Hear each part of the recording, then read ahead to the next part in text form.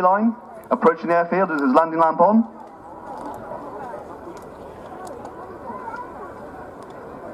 Now running in for the 2018 Wildcat solo helicopter display.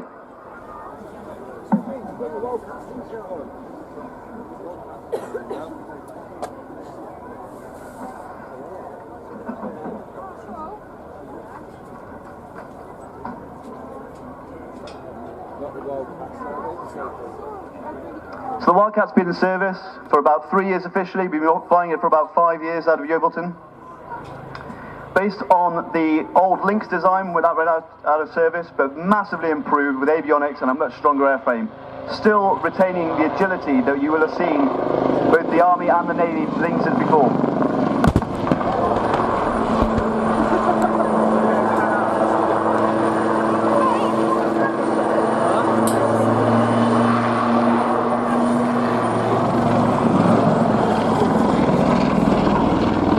So Matt's flying a cyclic climb, converting speed into height, and then a nose over to convert that height back into speed. Out to the left for a wing over.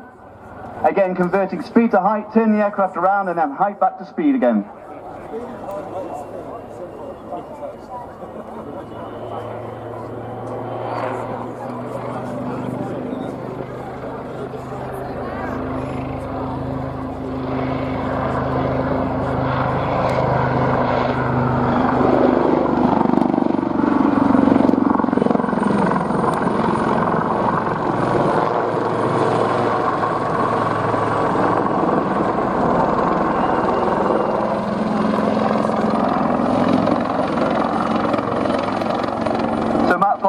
We call a 360-degree wing over that demonstrates maneuverability using up to 90 degrees angle of bank, getting the aircraft up and high and round that turn as quickly as possible.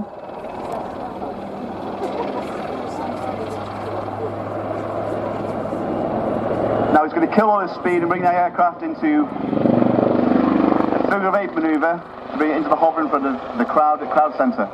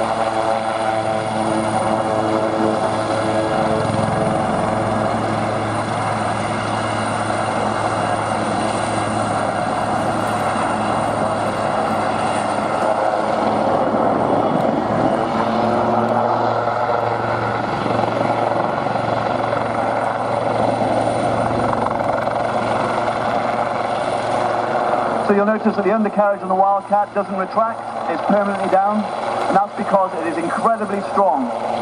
This aircraft is designed to land on ships at sea, not just aircraft carriers, but frigates and destroyers with small flight decks. And the smaller ships tend to move around a lot more, so you can imagine high VC state in the middle of the Atlantic or the Pacific, ships moving quite a lot, you're trying to land the helicopter. As the helicopter comes down, the ship might come right up to meet it. So that undercarriage is really very, very strong indeed to take that kind of punishment. Yeah. Matt's also now demonstrating the ability of the Wildcat to turn on the ground. We have what is known as a deck lock. This is a hydraulic lock that comes out the bottom of the aircraft and secures us onto the ship, so the ship motion doesn't roll us off. But sometimes we also need to be able to turn the aircraft into wind while attached to the ship. So the undercarriage is configured so that the aircraft can rotate while that deck lock holds it nice and secure, so we don't get rolled off in heavy weather.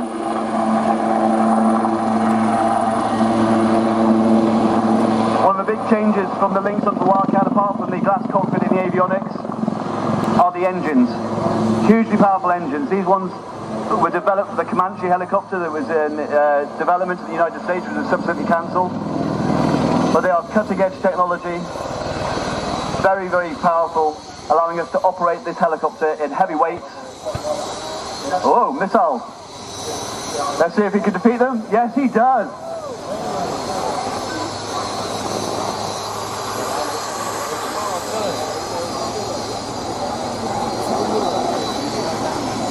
So being an attack helicopter, it's got to be able to defend itself.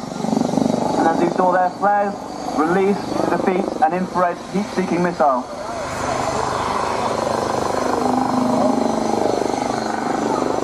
Those engines very powerful, but also kicking out a lot of heat. The exhaust is pointed upwards into the rotors, so that the heat exhaust coming out is mixed in with the surrounding air to try and defeat a heat-seeking missile, confuse it and hide the engine flume away. But if a missile does knock under the helicopter, then the flares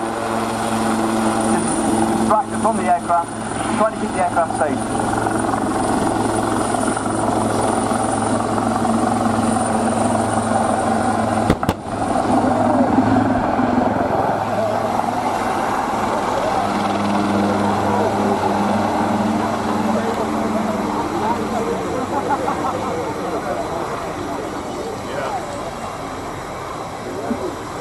With that final bang, out to the left, Matt Hudson and Alex Sims flying the 2018 Wildcat solo display. Thank you, Dave, and we'll be seeing the Wildcat in action again with two examples, this time Army ones, as part of our closing Commando Helicopter Force roll demo. And of course, thank you for your appreciation. We'll pass it on to the participating pilots. But now we go back to the Fleet Air Arms history, not and here they come, in from our right this time, MiG-15 and Sea Fury.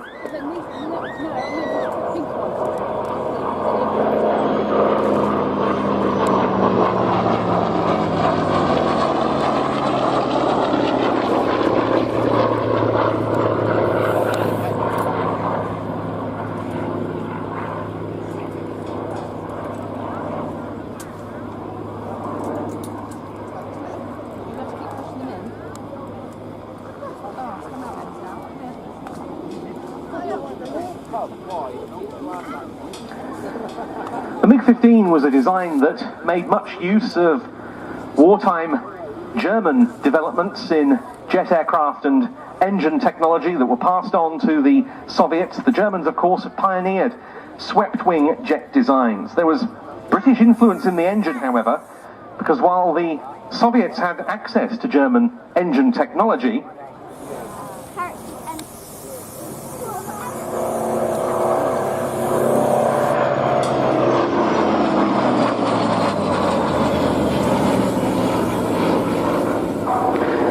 Britain's Rolls-Royce Nene was seen as a better bet. To the surprise of many, the Soviets obtained a license from the British government, and they produced that engine as the Klimov RD-45, which was later improved by the Soviets as the Klimov VK-1. MiG-15s came into service with the Soviet Air Force in 1959. The following year, they went to war for the first time towards the end of the Chinese Civil War, when the Chinese communists were receiving Soviet assistance in the fight against nationalist forces. But their most famous combat successes were in Korea between 1950 and 53.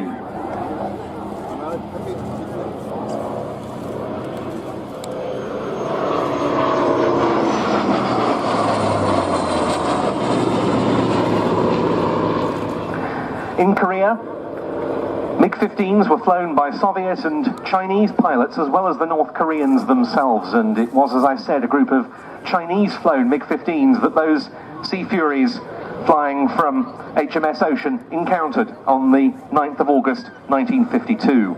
It was a very effective tactic of the MiG-15s to wait at altitude in large groups and then split to pounce on the aircraft of the United Nations forces.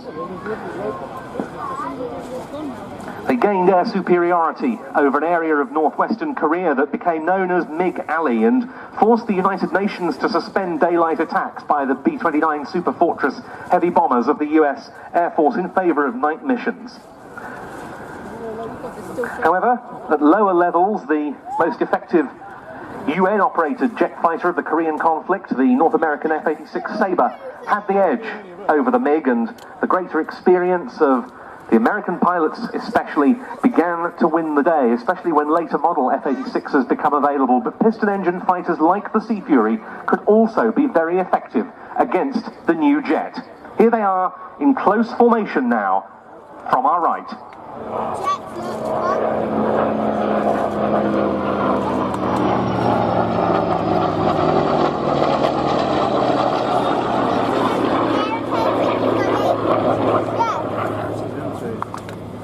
On the way back. Look, we've got this too. Show your tattoo now.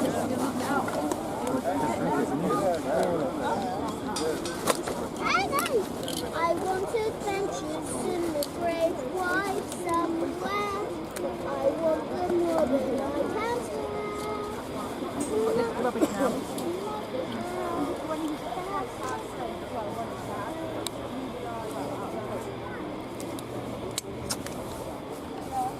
Is that our rubbish bag?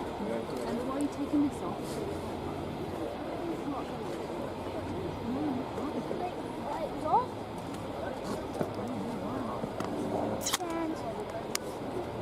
Raffle bags and stuff like that.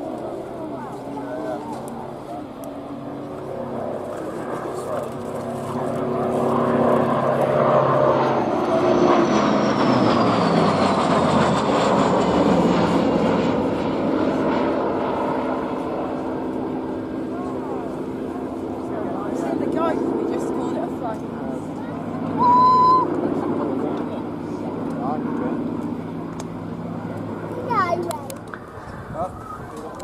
Today, however, helping us remember the most famous Fleet Air Arm action of the Korean War, the Fleet Air Arm's Day of Days of that conflict, 9th of August 1952. Well, we're shortly to see the Sea Fury giving us a solo performance. I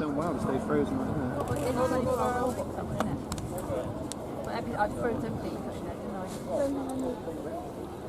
Froze like all of those, all of the juices, all of the food. Meanwhile, if you'd like to meet some of the pilots taking part in today's display, the Meet the Pilots opportunity is taking place in Hangar 8. I gather there are about a dozen of them there currently, not quite sure who, but I'm sure they'll be very interesting to talk to, take autographs from and so forth. Go over to Hangar 8 if that interests you.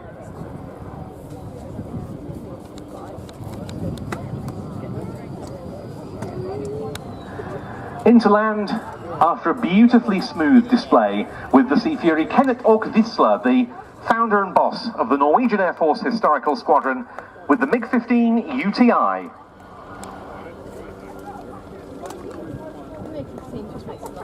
But now we turn to the very sweet noise of the Bristol Centaurus 8.